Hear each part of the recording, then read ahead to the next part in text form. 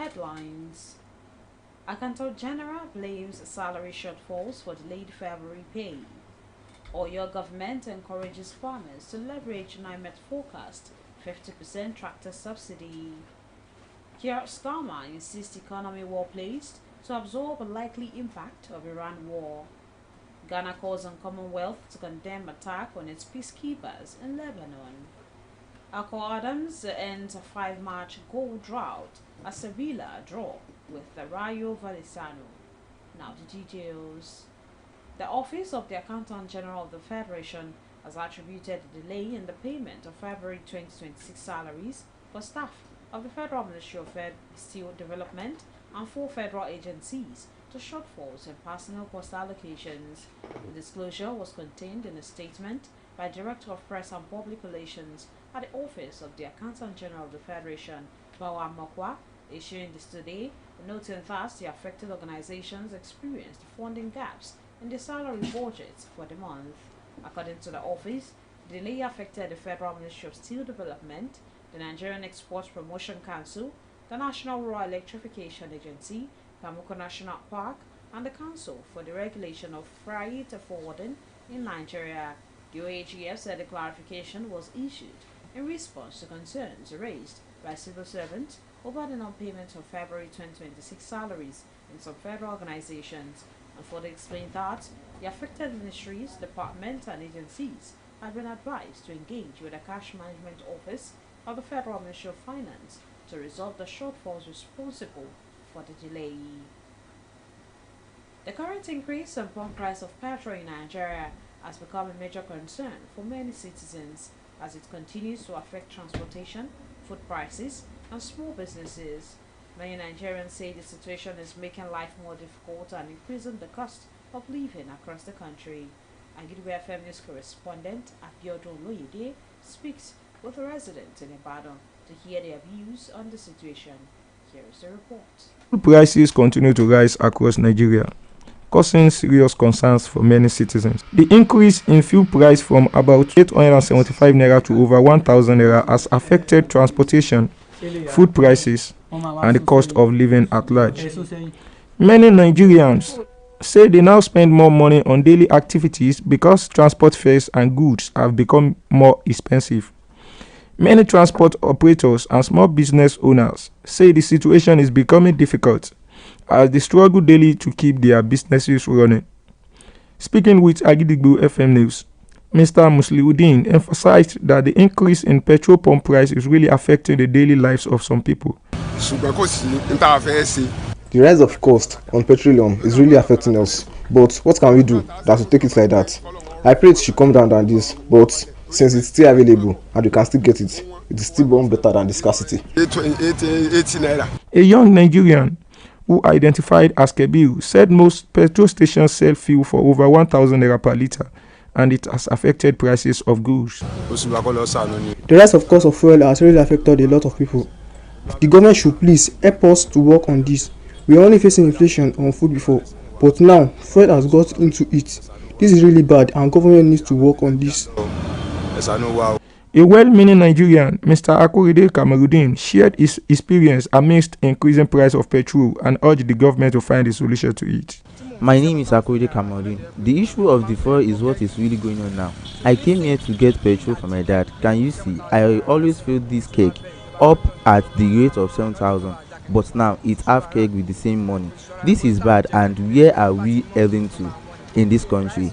I urge the government to please work on this and bring the price down. The current fuel price increment has caused many grievances in the country as people complain that they are really affected in several ways, which they can't wait for a solution. Some residents are calling on the government to take urgent steps to address the situation and reduce the burden on the people. With petrol now selling above 1,000 naira per litre in several states, many Nigerians fear the economic ripple effect may only just be beginning. Abiodun Oloyede, Agidigbo FM News. The Oyo State government has urged farmers across the state to take advantage of weather forecasts provided by the Nigerian Meteorological Agency (NIMET), as well as the state's 50% tractorization subsidy program for the 2026 farming season. The State Commissioner for Agriculture and Rural Development, Olasokomi Olaleye made a call while officially flagging off the 2026 farming season at the local government training hall, State Secretariat, Agodi, Ibadan. Agidigbo FM News correspondent Oluwapemi Bamidele was at the event. Here As the part of details. efforts to support farmers and strengthen food security, the Oyo State government, in presence of key agricultural stakeholders, launched the 2026 farming season alongside a 50% tractorization subsidy initiative aimed at easing mechanized farming for farmers across the state. Speaking at the event, the State Commissioner for Agriculture and Rural Development, Barrister Olasukomi Olaleye, explained that access to reliable weather information would enable farmers to make informed decisions during their farming activities.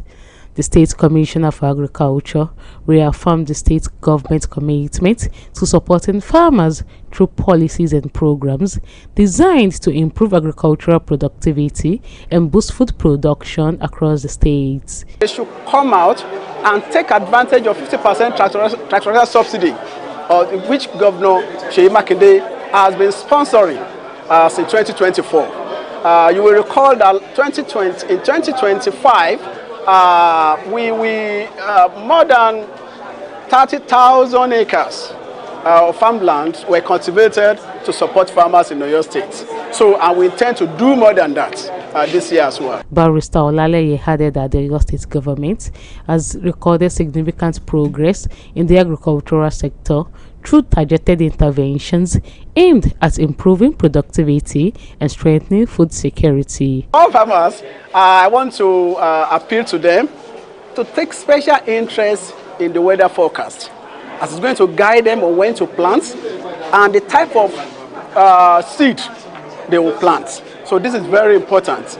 While delivering lecture on rainfall prediction for the 2026 farming season, Mr. Muhyiddin Alim, who represented Oyo State, contact person of the Nigeria Meteorological Agency, Emmanuel Edo, advised farmers to plant drought-resistant seeds and adhere strictly to the rainfall prediction for the year in order to avoid losses.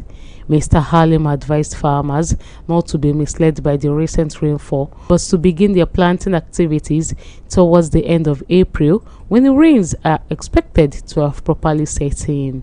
We don't look at rain, the first rain of the year, or how heavy the rain is. There are variables we look at. When the soil content, water content is up to 50%, which is enough for crop roots, for use for nutrition and growth. That's when you're supposed to start planting, and that's what we call onset of rain, the beginning. Earlier in a welcome address, the Permanent Secretary of the Ministry of Agriculture and Rural Development, Mrs. Aposede Uweye, explained that the aim of the sensitization program was to bridge the gap between scientific climate information and practical agricultural decision-making. Oluwapemi Bamidele, Agidigbo FM News. Now it is time to link up with our United Kingdom studio for the foreign news. News from Hamzat studio at Gidigbo FM. United Kingdom, I am Olushola Damilola. United Kingdom Prime Minister Sir Keir Starmer has warned that British public has the right to be concerned over rising bills, including their jobs, due to the war in Iran. Oil prices rose above $110 per barrel today, marking the highest one-day surge since mid-2022, as supplies from the Middle Eastern were impacted due to export restriction. Starmer emphasized that government intently focused on dealing with the cost of living crisis, which could be exacerbated by the Iran conflict. He, however, promised to be guided by what is best for the British people by supporting working people and their families. And that ends the news from Hamzat studio at Gidigbo FM.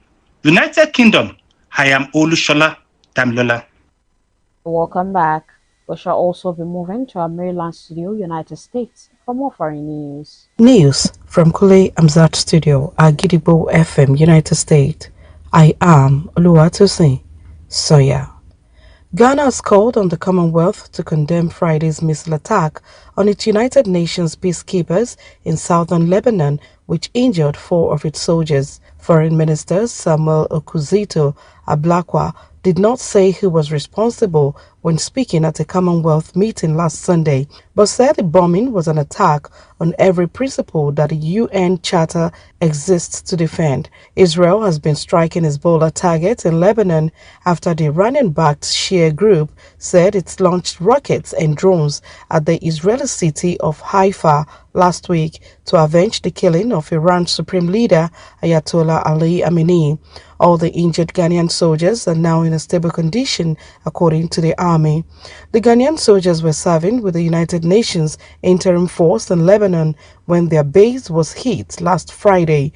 Ghana is one of the long-standing troop contributing countries to UN peacekeeping operations in Lebanon, where its soldiers serve as a part of a multinational task force. And that ends the news from Hamzat Studio at Gidigbo FM, United States. I am Oluwatosin Soya.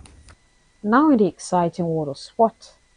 Super Eagles striker Akol Adams ended his 5-match La Liga goal drought after scoring in Sevilla's 1-1 draw against Rayo Vallecano at the Ramon Sanchez Pizjuan Stadium. The Nigerian striker gave the hosts an early lead in the 13th minute, finishing clinically after connecting with a pinpoint cross from Caesar. Before the Vallecano clash, the Nigerian international had endured a difficult spell in front of goal, failing to score in matches against RCD Mallorca, Girona FC, Deportivo Alaves, Getafe CF, and Real Betis. However, the striker has now taken his tally for the season to 7 goals and 3 assists in 22 league appearances. Alfonso Espino is equalized for Rayo Vallecano in the second half, silencing the home supporters and ensuring both sides share the spoils. To wrap up the news this evening, here is a recap of the headlines. Accountant General blames salary shortfalls for delayed February pay. Oyo government encourages farmers to leverage NIMET forecast 50% tractor subsidy. Here Starmer insists economy well placed to absorb likely impact of Iran war. Ghana calls on Commonwealth to condemn attack on its peacekeepers in Lebanon. Akol Adams ends a 5-match goal drought as Sevilla draw with Rayo Vallecano. And before we go this evening, here's a quick tip. Life is like riding a bicycle. To keep your balance, you must keep moving. Finally, we have come to the end of the news around the world on the most listened to radio station at Gidigbo 88.7 FM Ibadan. I am Wuraola Yusuf. Thank you for listening. Good evening. News is information, and information is power. At Agidigbo 88.7 FM, we bring the news from top to bottom. The Oyo State government has said the over 1.5 million out of school children. We give you reports from Oyo State. The Oyo State House of Assembly has called for thorough investigation. The Southwest in Nigeria and the rest of the world. Has clarified that the body did not receive any cash support from international development. Trust us to keep you informed every hour, every day. Agidigbo 88.7 FM, the people's voice. Agidigbo 88.